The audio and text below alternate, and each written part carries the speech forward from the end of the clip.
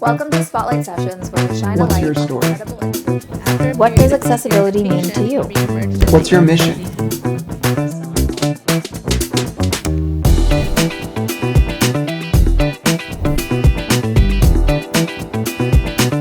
Welcome all to accessiBe's Spotlight Sessions, where we shine a light on incredible individuals and organizations and the work that they do. I'm your host, Josh Basil. I'm a C4-5 quadriplegic, paralyzed below my shoulders, and a power wheelchair user. I'm the Community Relations Manager at accessiBe and a passionate disability rights advocate and trial attorney focused on breaking down barriers to access and inclusion for people with disabilities. Today on accessiBe Spotlight Sessions, we're joined by Kerry Magro, a professional speaker and best-selling author. Welcome, Kerry. Thank you, Josh, for having me here today. Well, I'm excited to have you on the program. You've got an incredible story, incredible journey, and just lots to share with us. So let's do it. Tell us a little bit more about yourself and share your story. Yeah, absolutely. So I was the kid who didn't speak a lot growing up. Ironically enough, I was not speaking until I was 2.5. Later diagnosed with autism at 4. And my journey really started with my laser focused key interest due to my autism diagnosis. I wanted to grow up to be the sixth member of the Backstreet Boys because I fell in love with music to help with my sensory challenges. And I fell in love with basketball as well. So I got a degree in sport management from Seton Hall University before deciding to change career paths to become one of the first openly autistic, professionally certified public speakers in the country. Gained my master's in strategic communications and then later gained my doctorate. And I've been a professional speaker for about the past 12 years now, getting an opportunity to travel the globe and speak with many schools, government organizations, and companies on the ROI benefits of hiring people with disabilities. I've written 4 books on autism during that time, in addition to working with Netflix Love on the Spectrum as their autism consultant, in addition to other film-related projects today within our community. I love that. You're awesome, Kerry. It's so cool what you're doing. So with being a best-selling author and an award-winning speaker and speaking at TED Talks that are super influential, how did you get all these opportunities come about, and how did you really get into the world of advocacy? Yeah, I was always the kid who was told, Kerry, you have autism, but you don't look like you have autism. And for so long growing up, having that invisible disability, people just assumed that I was either cured of my disability or that I never had any challenges anymore. And I wanted to speak up about starting off about people with invisible disabilities. And that later led on to my advocacy towards becoming a disability advocate to make sure that we're really having larger conversations for the 1 in 4 Americans that have some form of disability, making up the largest minority in the United States. My personal passion just behind the cause growing up as somebody with a disability, and then later on to help the future generations. And I've been doing that ever since I came out about my diagnosis when I was a freshman at Seton Hall University when I was 19. Told people I had autism for the first time, not really assuming what people were going to say.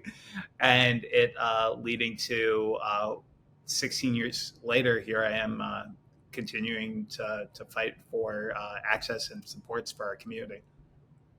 And with autism, really with all disabilities, but with autism specifically, what's one misconception you wish you could just like do something about and change? I think the biggest one is that not every single person who is autistic is going to end up like the Good Doctor. And when we talk about the Good Doctor, we're talking about a show on ABC that focuses on Sean Murphy, a surgeon who is autistic and has Savant syndrome. One, I continue, like when I was growing up, people just assumed I would be great at math. I would have a photogenic memory and that I was a savant because I could talk. And I really wish that people in our community understood the spectrum of disability. And if you met one individual with a disability, you met just that one individual with a disability. Because not only does that help in our schools with our teachers to focus on individualized approaches to education, but it also helps our companies towards workplace synergy, to helping individuals with disabilities, regardless of their strengths or challenges, being able to succeed in the workplace. That's a great answer. And when it comes to kind of the accommodations that we find in society and in the workforce, what are kind of the most useful accommodations for people with autism? Yeah, so I mean, from a workplace perspective, I mean, some of the most helpful accommodations include things like written down job descriptions, being able to be concise when we're talking about language, because a lot of the times things can be very vague, as you and me know Josh. So it's really, really important to be able to have written down descriptions. I see often in companies. I see different accessibility things like using natural or non-fragrant cleaning products in different companies for those who have sensory stimulations. In addition to that, also being able to, when accessible, noise canceling headphones. In addition to just professional development in our companies about those with disabilities, not only from the accessibility standpoint, but also helping with the onboarding process to help those with disabilities feel like they're part of the community when they're joining a specific company. And Carrie, when it comes to kind of websites that make them inaccessible, or challenging for people with autism, what are some of the kind of the biggest things that jump out? Yeah, I think the biggest thing is that we honestly don't see a lot of websites in terms of their on-site literature mentioning anything about disability at all. And it doesn't make any sense to me. When I was just starting off in my career, I was working with one company, and the only thing they had on their website was the American with Disabilities Act of 1990 on their website. And I'm just thinking to myself, it's like, we have so many individuals, and disability is such a huge spectrum. It really got discouraging, and even to this day, that's still something I see quite a bit. Don't get me wrong, I see stuff about women leadership, I see stuff about sexual orientation and the importance of supporting all these different minorities in our community, but then it feels like disability falls through the cracks, and a lot of the time it's because those with disabilities sometimes have high support challenges and can't speak up and advocate for themselves. So I think the biggest thing I think I see from that is companies not being concise when it comes to their job descriptions online, but then also just brushing over disability completely. And I know when it comes to like disability, it's you don't know what you don't know. And I know, growing up, just the more and more people you get to know with different abilities, different backgrounds, you start learning about like the true world around you rather than just kind of one flavor of maybe what you've been, living with. So like when it comes to that, like how do you envision, or what do you believe is the best way to have these conversations and to make sure people know about this diverse world we live in? I think the first thing is to speak up. If you have a child, if you have a sibling, if you yourself are a self advocate, the most important thing that we could be doing is speaking up, because that's really how we make change happen in the history of America. That's how we have made significant change, by just a few people just speaking up and sharing their stories. Often I see, when it comes to disability advocacy, especially from government officials, I mean, a lot of the time it's just the personal connection they have to the community, whether they just had a son or daughter that was diagnosed with a disability, if they had a family member. And I think at this time in 2023, we as a society, not only in our entertainment industry, should be representing more stories of individuals with disabilities, but then also just speaking up to make sure that we understand that even one story has the ability to change the world. Because I was told when I was just starting off in this career that autism was too niche to talk about as a full-time career, and that I would never make a full-time doing that. And now, as somebody who has been doing this for almost the past decade as a full-time speaker, you know, by me speaking up, it made my career. And I know that so many other individuals, just by saying one word one time about their diagnosis, really have done some incredible things for themselves. It's incredible what happens when you do speak up and when you find your voice. I know for me, I didn't tell you, but when I was a teenager, a wave picked me up in the ocean, threw me over my boogie board, and slammed me on my head. And that day, I shattered my neck and was paralyzed. I was on a ventilator for 5 weeks. It took my ability to speak away. And then, like, when I regained my voice, I kind of like found out like words matter, words count, and kind of made sure that every word from that moment on was kind of made with purpose or with a direction.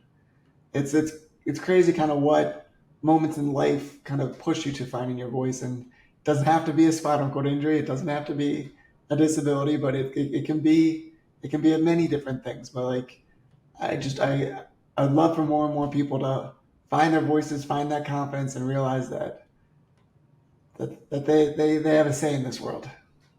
Yep. Words do have power. And you by you saying words matter, I mean, when I go into schools and talk about bullying prevention, I mean, it's so much about not only us speaking up, but those bystanders being able to realize that their words do have power as well. And they can make positive change by advocating for us, but also by being inclusive and accepting as well. That's so true. Now, what advice would you give to kind of the businesses and online businesses of the world that want to become more accessible? Well, the first thing is really have larger conversations with your human resource departments, not only about their workplace practices, but simple things as just doing weekly check ins with supervisors, being able to discuss the strengths and challenges that each one of the employees has, regardless if they have a disability or not. Some of the most easy things that we could be doing in the workplace just make the most sense for any individual, regardless if they have a disability or not. Also, being able to highlight testimonials and stories of individuals currently in your workplace who have disabilities, and not only what helped them, but if they've had positive experiences, make sure to highlight those, because as a life coach and mentor to many individuals with disabilities from the ages of 16 to 24, that's where we go to when I'm asking them to reach out to companies. We're looking for companies who already are doing some incredible work to support the disability community in the hopes that those individuals we're working with will have similar experiences. That's that's great advice. And what would be a perfect or more inclusive world look like to you? I think it's where we in the disability community have this phrase that we say, nothing about us without us. And having people with disabilities involved in decision making in all aspects of our country, not only from government officials towards individuals in their workplaces and our schools, starting alumni associations in our schools of those who have had disabilities and have had success. You know, all these things, they don't affect the bottom line typically.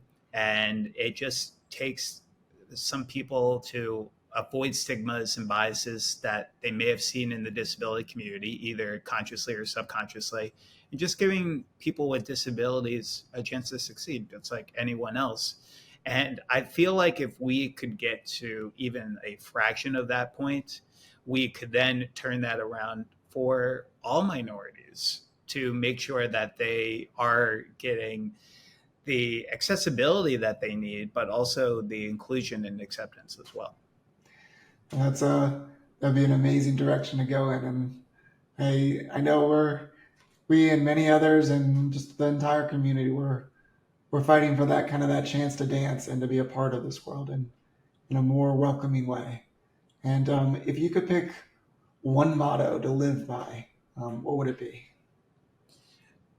I think the motto that I've kind of lived by was something that I created when I was giving a speech at the Center for Disease Control over a decade ago. And I wrote a poem called Only If You Knew Me. And at the end of the poem, I said that autism can't define me, and I define autism. And I could only hope that everyone listening to me today could go out there and define their lives and their journeys in the way that they best see it every single day. Don't let any one thing in your life define who you are as a person. Go out there and just try to live by your goals and ambitions and try to live your best life every single day. Powerful words, Kerry, and I love them. And just thank you so much for being our guest today on accessiBe's Spotlight Sessions. Really enjoy your words of wisdom and all that you do. So thank you, Kerry. Thank you again for having me. And to all of our guests, thank you so much for staying to the end of accessiBe's Spotlight Sessions. Make sure to hit that subscribe button and make sure to follow us at accessiBe_community. And as always, thank you for being on this journey with us. Bye, Kerry, and bye, everyone. Bye, everyone.